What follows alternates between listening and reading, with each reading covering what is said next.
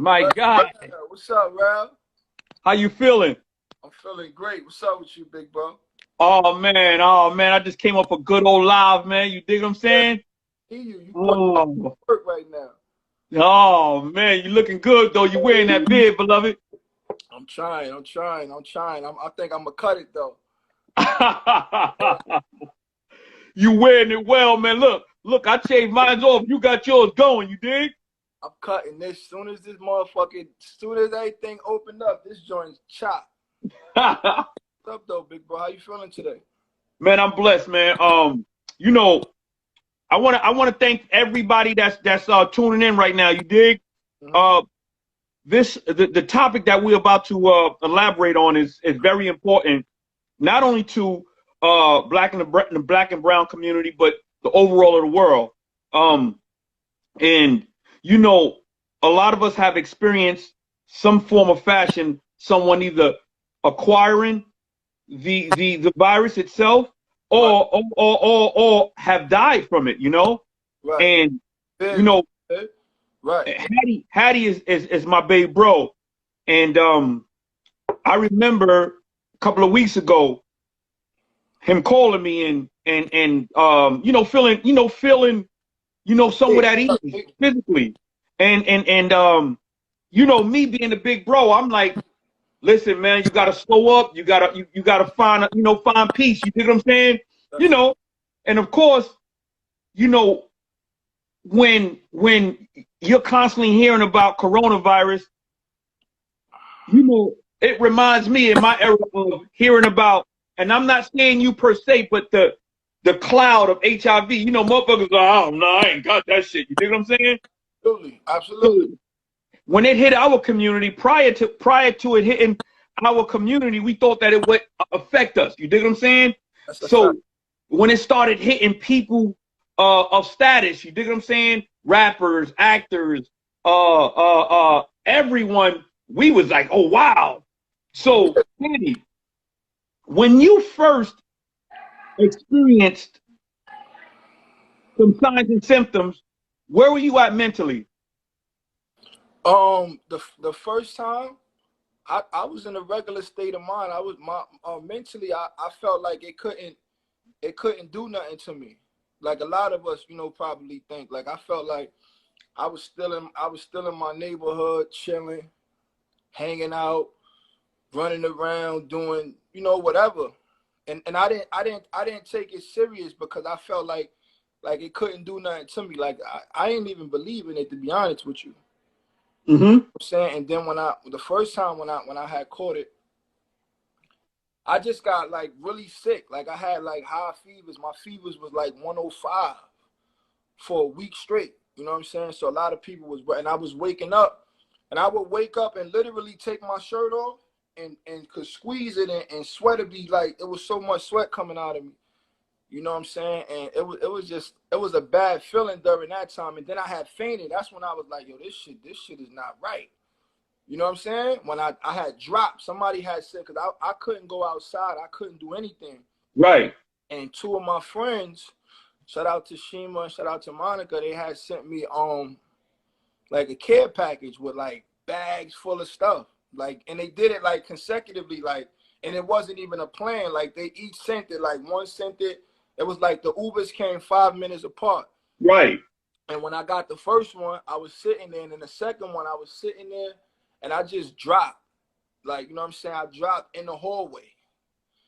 And it was that was really it. Like I ran out of breath that one time, but it wasn't as serious as that second time.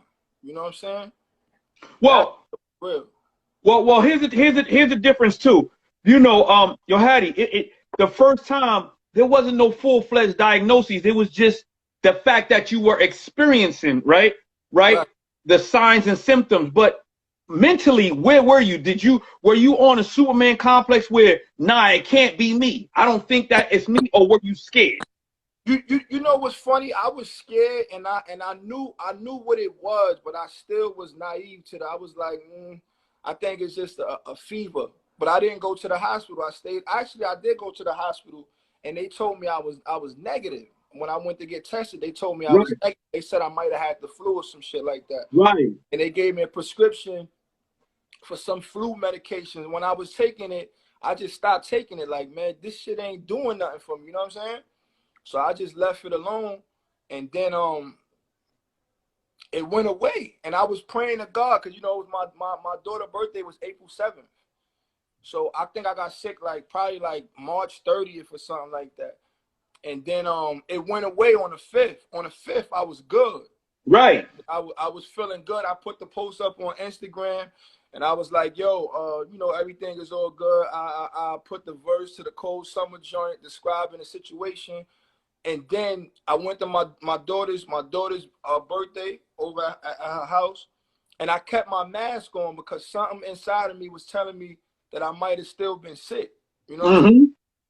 So long story short, the next day, the next actually 4 days, I was back to normal. I was chilling, going outside, moving around, and boom, that was it after that.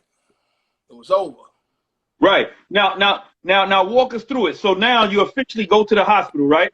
Or you go to City Med. So right? What happened? I started coughing a lot, and I started to get really, really nervous because when I was coughing, it started to feel different. You know what I'm saying? Like my chest started hurting, and it was like crazy. So at first I was like, I'll go to the hospital later. I'll go tomorrow. And then it was like 8:30, I think. And City and D closed at 9 o'clock. So I called them and I said, yo, can I come down there? They said, as long as you get here by 9 o'clock, you good. So I got down there by like 8:50, and when I got in there, that's when they, you know, they told me everything was bad. It was looking bad for me. You know what I'm saying? Was it were you officially diagnosed with pneumonia first, or was it officially the coronavirus? So the coronavirus, they got to do a test. They got to do a test on you so that your results come back. Like my results came back like 2 days later. They said it was going to take a while for the results to come back, but my test results came back like 2 days later. Came back really fast, actually, they said. But when I was in there, you know, they put the you know, when they check your temperature, my oxygen level was real low. So when she was checking my oxygen, she was like, breathe hard. Right. And I got scared because I was like, I am breathing hard. And she was like, no, you got to breathe harder. And I was like, I can't breathe no harder than this. You know what I'm saying? And then she was like, yo, your oxygen level was like extremely low. And she was like, she had like a lot of cracks in my, and I guess in my lungs. And then that's when she told me, you know, I had pneumonia, I had blood clots in my lungs. It was crazy. You know what I'm saying? Then she told me don't, because I told her, once she told me that, like my heart kind of just was like, damn, I got the fucking coronavirus. Right. Like, that's what this shit is. And then she was like, I told her, I looked at her and I was like, I was scared though. I ain't gonna front. I was really scared. I said, yo, I don't want to go to the hospital. I don't want to be admitted. And she looked at me and she said, do me a favor. She said, I don't want you to go to the hospital. Please don't go to the hospital. She said, if you go to the hospital, I'm not sure if you're going to make it out of the hospital. That was the realest shit I ever heard. She said, I'm not sure if you're going to make it out of there. She said, I think you can fight it from home, but if you run out of breath, then, you know, you get to the hospital. But I think, she said, you have a possibility to fight it from home. You just have to be willing to fight. Right. I didn't understand what she meant during that time, but I caught on to what she meant later on. You know, and I like the question somebody asked, and I'm gonna get into that, right? Because they asked, how do you think that you caught it, right? But I wanna say this. So now that we're deep into that second process, right? Now that we're into the second process of you now officially having it, right? Right. I remembered I would call daily. You know, within the last 2 weeks, I was calling like consistently. Yeah, you were calling me every day. Right. And, you know, it was times where initially you were like, big bro, I can't officially talk. I felt some type of way because I thought that, you know, you had that first grain of a strain that wasn't that harsh. And, you know, once I started hearing a lot of other individuals that were hospitalized, like the Freds, the Megs, and a slew of other individuals that officially passed within time, but were in there. I'm like, man, why is he not in the hospital, but they're in the hospital? And he kind of experienced some of the same symptoms in regards to lungs and breathing and all that other stuff. It threw me for a loop. You dig what I'm saying? How did you maintain that? Right. To be honest with you, the reason why I decided not to go to the hospital, because for one, I was afraid of the hospital. For one, I had a few people that I knew who was in the hospital, and some of them didn't make it out of the hospital. So I said, fuck it, if something's gonna happen, I'm gonna go out. You know what I'm saying? It's gonna be my fault why it happened. You feel me? My phone is blowing up right now.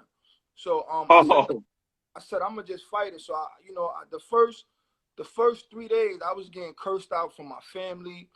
You know what I'm saying? Because they were so mad at me for not going to the hospital.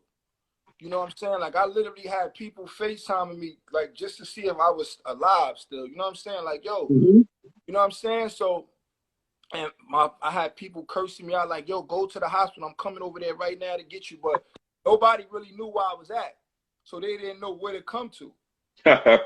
So when I say I couldn't talk, I really, the first 4 or 5 days, I couldn't talk at all. I couldn't even breathe, you know. But I was on an asthma pump. I was on the nebulizer. I was on a machine. You know what I'm saying? It was a real fight. Like, I never had a fight like that at all. You know what I'm saying? Right. I never had that kind of fight in my life. It was like a real fight for my life, and it was times.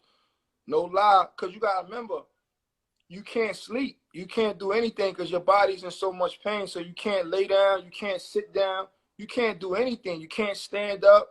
So you got to try to find, whatever you're doing, you have to find a comfortable position with it. You know what I'm trying to say? So you got to find a comfortable place to stand up. So at nighttime, when I would try to go to sleep, I would have to just sit up all night. And you know what I'm saying? So you up for 4 days straight, not being able to breathe. You tired, you ain't been sleeping, you know, you can't breathe, you get tired, and you be like, yo, man, I'm about to let it, you get like that, like I have to let it go right now. But I just, something in me just said, yo, fuck it, just keep breathing, bro. You gotta breathe, bro. Like, you gotta breathe. Either breathe or curtains. Right. Yo, Haddy, you know, and that's something deep, man. You know, when you, like I said, when you officially now say, I got the diagnosis, right? I do have it. Did you start thinking back on who did you come in contact with? Were you afraid? So it's a maybe 3-pronged question. Did you start thinking about who you came in contact with? Were you afraid to tell them that you officially acquired it? You know what I mean? Like, well, for me, I mean, when I seen the diagnosis, because I knew I had it. The doctor told me I had it, but it wasn't a diagnosis at first. And right. I felt the pain. I felt everything. I had the worst of it. You know what I'm saying? Like, the worst of it I had. But when I seen the diagnosis and I seen it in black and white, I started tearing. Like, damn, you know what I'm saying? Like, and my grandmother had called my father. I don't know how I caught it, but I think I know how I caught it. My daughter's mother she works in like a popular gym. And some of the people in her gym had started testing positive for it and really getting sick from it. I think people died and all that. So they ended up closing her gym down. So I had went over there one day and she was sick. So I had brung her some stuff, you know what I'm saying, to help her out or whatever. And I think I might have got it from her. I'm not sure. Because that same night, I went to my cousin's house and they had like a little gathering. It was like 6 of them over there.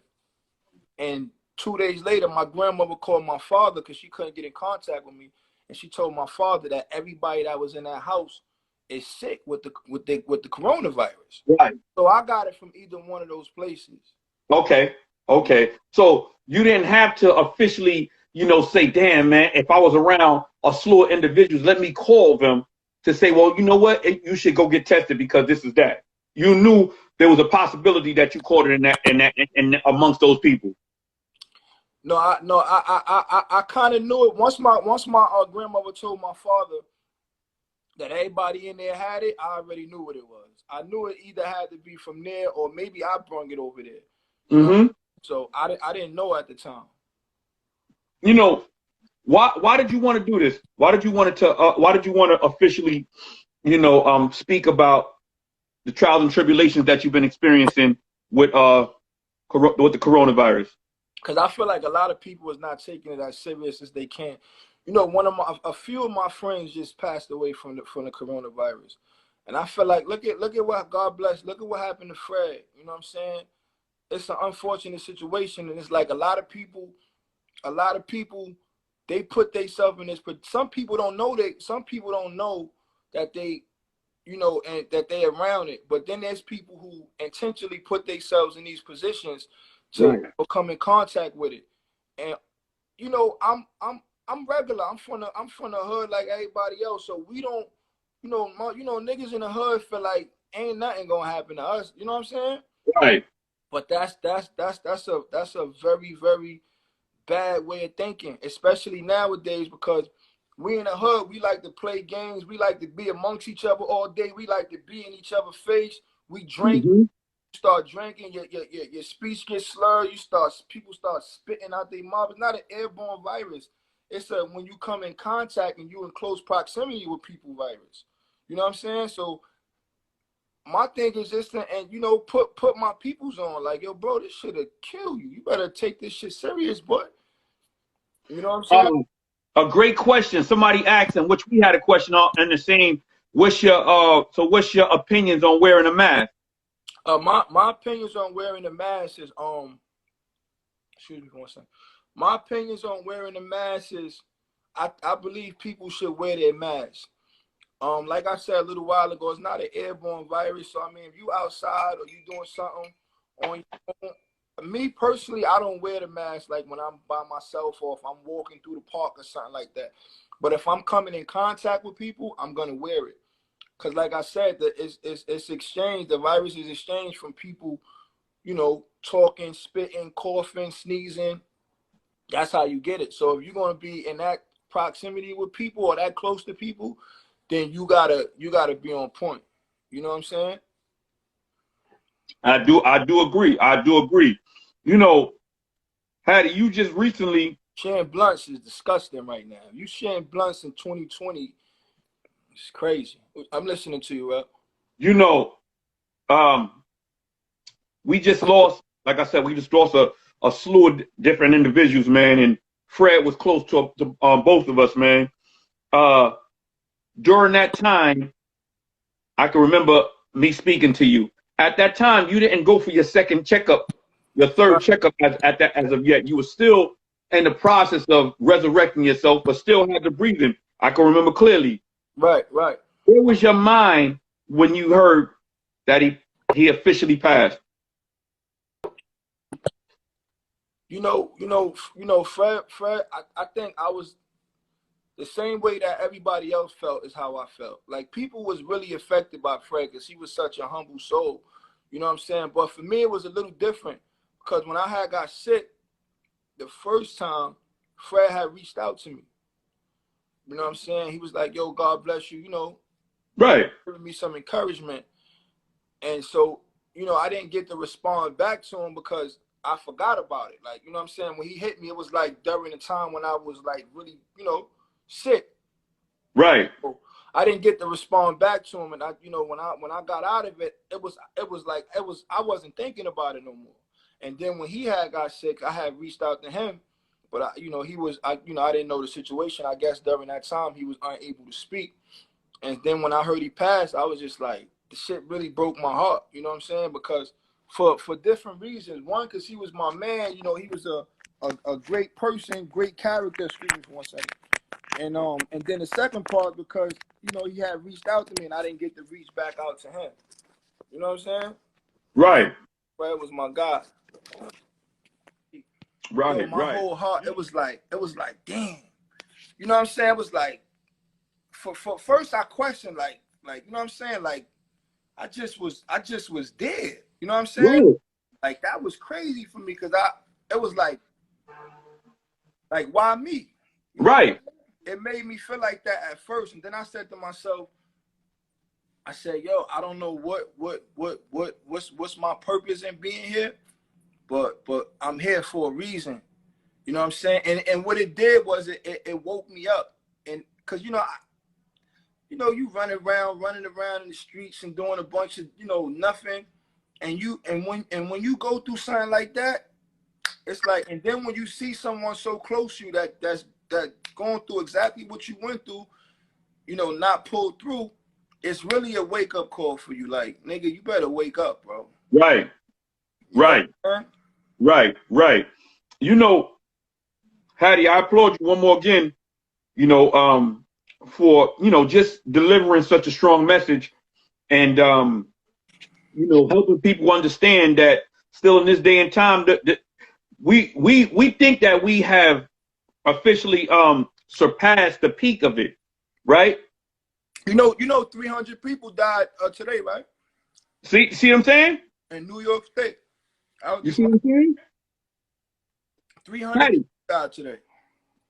And peace and blessings to each and every one of them and their family members. Yeah. Hattie, you recently just went to the back on a follow-up, which was last week, right? What was the follow-up about? So my follow-up was to see if I still had the virus in me, see if I was still basically where I was at with it now. Right. So when I got there, I pretty much knew I was good, but they told me, as far as the virus, I'm clear. But my body took such a beating that it's going to take like 2 months for my inside to heal. Which is your inside, primarily your lungs? My lungs, my kidneys. I had a really bad, like severe case of it. Like it was times where I would be literally talking to myself in pain. You know what I'm saying? Right. So I had a really bad. I had a severe case of it. So, but as far as the virus, I'm cleared on the virus, but my my lungs, my breathing is a lot better now. You can see my breathing. You know what I'm saying? I had put a post up about when Fred died, and everybody was in my DM, and I'm like, yo, why are they in my DM like that? You know what I'm saying? And then they like, yo, bro, you don't look good in the video. And then when I went back and I looked at it a few days later, I was like, damn, I was breathing like that. You know what I'm saying? So, but I'm good now, man. I'm just happy I'm so happy to be alive, bro. Nothing even matter to me no more. Hattie, and the fact that you received a good notice, right? Were you quick to head back outside, like to do more errands and all this other stuff, or? I'm gonna be completely honest with you. The first day that they told me I could go outside and they said I was good, I ain't go outside in about 20-something days. Mm-hmm. I drove around. We drove around New York City down there. I ain't get out really. I ain't do nothing. That was May 1st. That was last Friday. Since they told me I could go outside, I probably went outside like 2 times. It ain't nothing outside for me right now. Right. Ain't nothing out there for me right now. So it taught you another lesson, which was to pace yourself, get a little rest. You dig what I'm saying? Stay focused, and humbled you. It humbled you. Yeah, it humbled. In regards to music, were you still writing? I wasn't writing. I wasn't doing anything. Honestly, I was fucking dying, so I wasn't even thinking about music during the time. But like once I started to breathe and be able to walk, because I couldn't walk neither. I had to, for like the first 2 days when I got better, I had to learn how to, like, not learn how to walk, but my legs were so, I was in the bed for all these days. So when I tried to get up and walk, I couldn't walk. You know what I'm saying? At all. So once I started being able to operate more, I started to write. I had wrote a record called Painful Silence. Right. And I had recorded it on my iPad.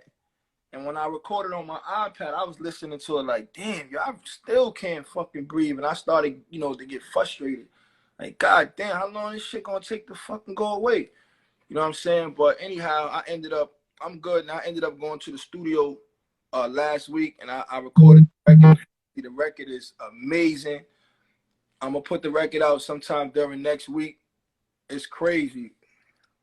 Okay. Now, you know, and the fact of you, you know, I'm glad. I mean, just to be honest, I'm glad that you sort of fell back and humbled yourself, because, you know, your fans, which are loving people, will sometimes force your hand to prematurely do things that you don't want to do. You dig what I'm saying?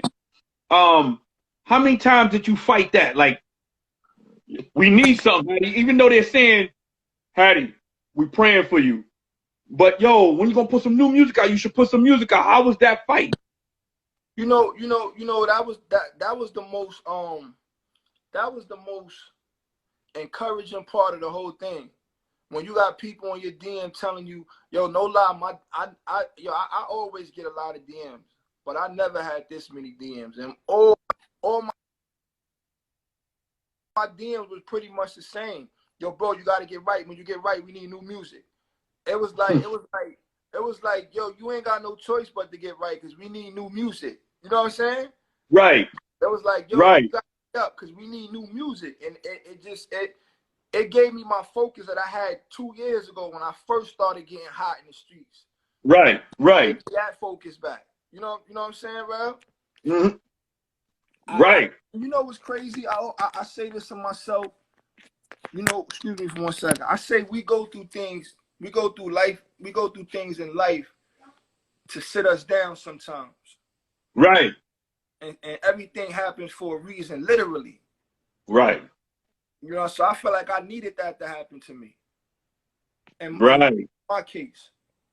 And when you first got back in that zone, right, and you started thinking about, all right, I'm ready, I want to put something out, I want to work on something.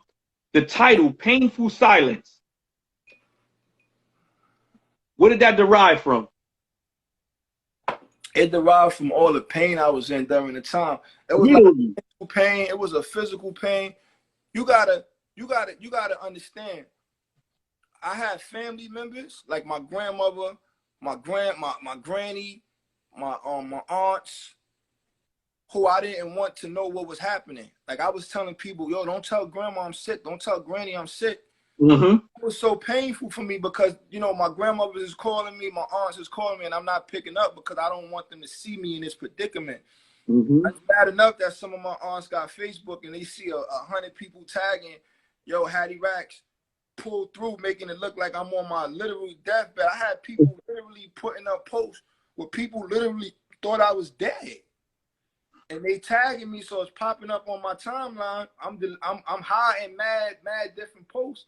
And some of my aunts is seeing it, and then they go back, and it was crazy, man. So that's where Painful Silence comes from. It comes from, it's like I couldn't cry and complain. I had to fight through the pain silently.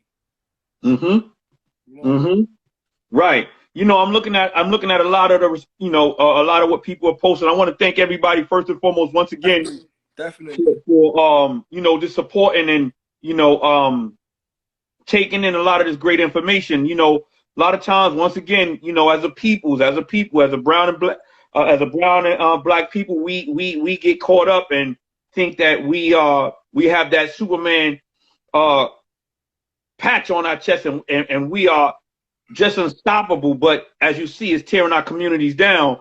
So somebody of Hattie's stature, you know, speaking out about it is so important, man. Please run with it. You know, there's some people that ask some certain questions that we may not know, but we'll do more investigations as a people to, you know, prevent ourselves from falling back into a wave. You know what I mean? That officially hit us hard. You know.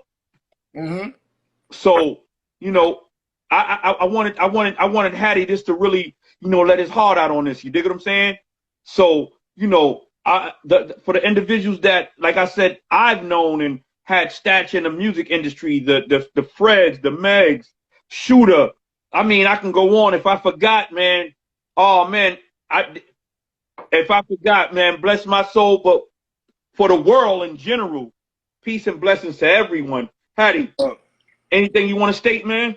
Nah, I just want to salute everybody out there. Y'all be safe. Take care of yourself.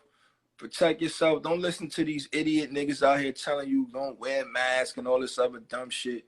Don't listen to that bullshit. And Painful Silence is coming out next week.